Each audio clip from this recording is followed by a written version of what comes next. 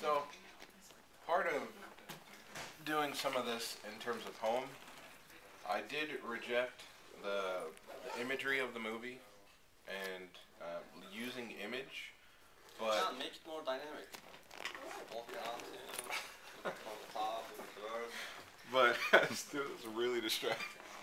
But as doing it, I took the design class as it needed to respond to some of the things that were introduced in the movie.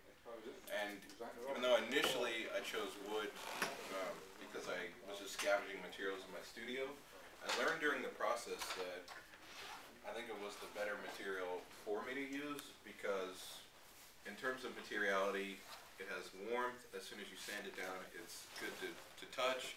It has a lot of characteristics of home. So going through the object itself, it's designed as an instrument, but it's disharmonious. And not all of that was intentional. But the top two tiers and then the back work, and it can be tuned, but it never quite reaches harmony. And I'm not sure if this is, considered successful because it doesn't have, the direct modality as we've been talking about in the class about the movie. But in terms of looking at it as a home for these two kids, I believe that it was the correct direction to go through.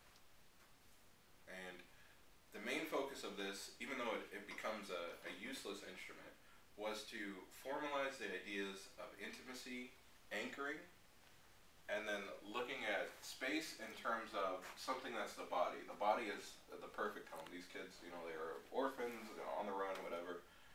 So using the material to talk about epidermis, and then something on the exterior. I mean on the interior. And this orientation works, and then it also works flat down, and there's a different resonance of the instruments, of the strings, as you change from one orientation to the other. Can you be more specific about the object? Can you tell us why you made certain incisions, why certain pieces are there, etc.? Sure.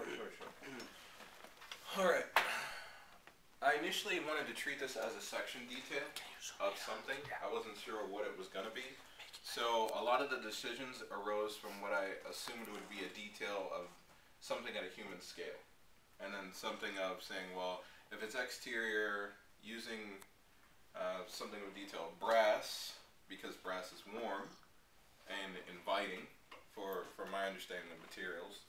And then the connections were very important because I wanted certain elements to pierce and then certain elements to simply just be attached.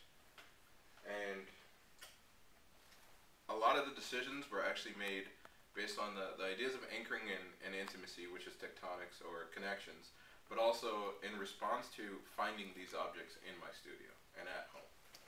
So I was looking for something and I knew how, but not necessarily what it was going to be or what it was going to end up looking like. But I would know it when I found it. So very specific about the object? Like why do you have 1, 2, 3, 4, 5 lines, and then there's 2 basswood pieces coming out from them, and then the other 3 are left as incisions and 1 is extended. How are these decisions made? Well, as you mentioned, including transparency, some of the cuts are to have a gesture of the space between the front and the back, or the exterior and the interior, to be connected. And I looked at it as it wasn't a space around, but the space within the object itself could connect it, even if it was too small to really see anything through. And many of the gestures are taking a composite of the drawings that I did before, which were, symbols and geometries that represent something. So the foundation of the intimacy was about the story. And the story, as I interpreted it, was something of a constellation. It had points, and then those points become connected. So the choice of numbers wasn't really significant for me as much as there needed to be some that would hold the strings in place and be pierced through, and then some that were just about the connection of the space between the exterior and the interior of the object. As I saw the interior being the side that faces me. At what point in the process you decided to go with these strings and made this an instrument? At what point in the process? It was at the point where I wasn't satisfied with the idea of anchoring, and there was the object really just became static, even though there's a connection here that pierces through, yes, there's no movement to it. So, introducing string, it would always be some tension and always be something a little bit more dynamic. You mean visually? No, not visually. Actually, the forces that are in this object. It's not just sitting there, but it's actually, it's losing tension as we speak even now. The string is, compressing back, it's being extended, other things are going on, and it's balanced, but, would that off be out of center. balance if I just pulled out the strings? Let me think if I was connected. Some of them, it would probably just fall because it's anchored. Mm-hmm. It's not only balanced within the points, mm-hmm. but it's anchored at these main pieces.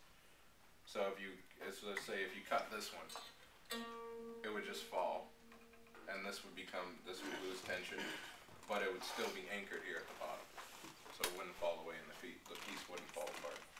Okay, nice. You have 3 more minutes, and I would like you to articulate on what you learned from this process, from a critical distance. Okay. From a broader perspective, not necessarily specific to the object, but what is this whole thing about? The process, the drawings, the makings, the readings, what's going on? Well, it was interesting because a lot of it was about looking for the right questions.